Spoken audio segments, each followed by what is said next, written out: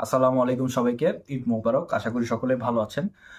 So গতকাল আমরা আমাদের পেজ থেকে একটা পোস্ট করেছিলাম যে কুইন সুলিভানের বাংলাদেশের হয়ে খেলার ব্যাপারে আমরা আসলে একটা বিস্তারিত একটু ডিসকাশন করার চেষ্টা করব। সো তার আগে একটু বলে রাখি যে বর্তমানে বাফুফের থেকে কুইন সুলিভান এবং কাভান সুলিভানদের বাবার সাথে যোগাযোগ করা হয়েছে। যার নাম হচ্ছে ব্র্যান্ডন সুলিভান।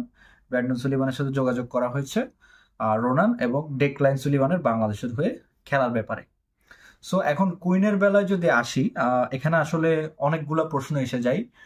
প্রথমত যদি বলি যে কুইন সুলিভানের আসলে বাংলাদেশের হয়ে খেলার সম্ভাবনা আছে কিনা, সেটা আসলে অনেক কিছুর উপরে ডিপেন্ড করছে। প্রথমত ডিপেন্ড করছে যে কুইন সুলিভান বর্তমানে ইউএসএ ন্যাশনাল টিমের হয়ে খেলতে চান এবং তিনি যদি আগামী 2-1 বছরের মধ্যে যদি তিনি ন্যাশনাল টিমে চান্স না পান, সেক্ষেত্রে তিনি যদি কনসিডার করেন যে তিনি তার ইন্টারন্যাশনাল ক্যারিয়ারটা তিনি বাংলাদেশে করবেন, সেই ক্ষেত্রে হচ্ছে তার বাংলাদেশের হয়ে খেলার সম্ভাবনাটা আসলে বাড়বে। সো এরপরে যে বিষয়টা আসে সেটা হচ্ছে পাসপোর্ট করার বিষয়টা। যেহেতু তার নানি হচ্ছে বাংলাদেশি, তার বাবা মা কেউ হচ্ছে বাংলাদেশের পাসপোর্ট হোল্ড করেন না। পৃথিবীতে এরকম অনেক উদাহরণ রয়েছে যেখানে বাবা মা হচ্ছে যে প্লেয়ারের বাবা মা তারা হচ্ছে ওই দেশের না, বাট সেই প্লেয়ার হচ্ছে গ্র্যান্ড প্যারেন্টদের সুবাদে হচ্ছে সে ওই উক্ত দেশকে রিপ্রেজেন্ট করার সুযোগ পান। তো সেই সুযোগটা আমাদের কুইন সুলিভানের ক্ষেত্রে রয়েছে। আমরা আসলে বর্তমানে যে রোনান এবং ডেকলাইনকে নিয়ে কাজ করছি, আমার কাছে মনে হয় যে রোনান এবং ডেকলাইনের সাথে আমাদের ট্রিটমেন্টটা কিরকম হচ্ছে সেটার উপর কিন্তু অনেক কিছু ডিপেন্ড করবে।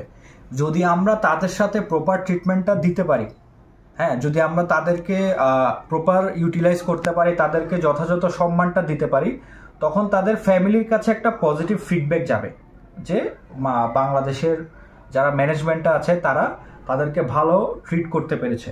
সো তখন হয়তো কুইনেরও একটা পজিটিভ ব্যাপার আসতে পারে। আদারওয়াইজ আমরা যদি তাদেরকে ভালোভাবে ট্রিট করতে না পারি, তখন একটা নেগেটিভ ইমপ্রেশন তৈরি হবে। তো যেটা আলটিমেটলি কুইনকে বাংলাদেশের হয়ে খেলার সম্ভাবনা থেকে অনেকটাই পিছনে ঠেলে দিতে পারে।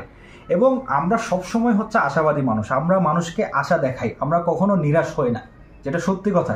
এখন অনেকেই বলতে পারেন যে কুইন সুলিভান বাংলাদেশের হয়ে খেলবে না, বা আপনারা কেন এটা লাফালাফি করছেন, অনেকে অনেক কিছু বলতে পারে, এটা তাদের ব্যক্তিগত ব্যাপার।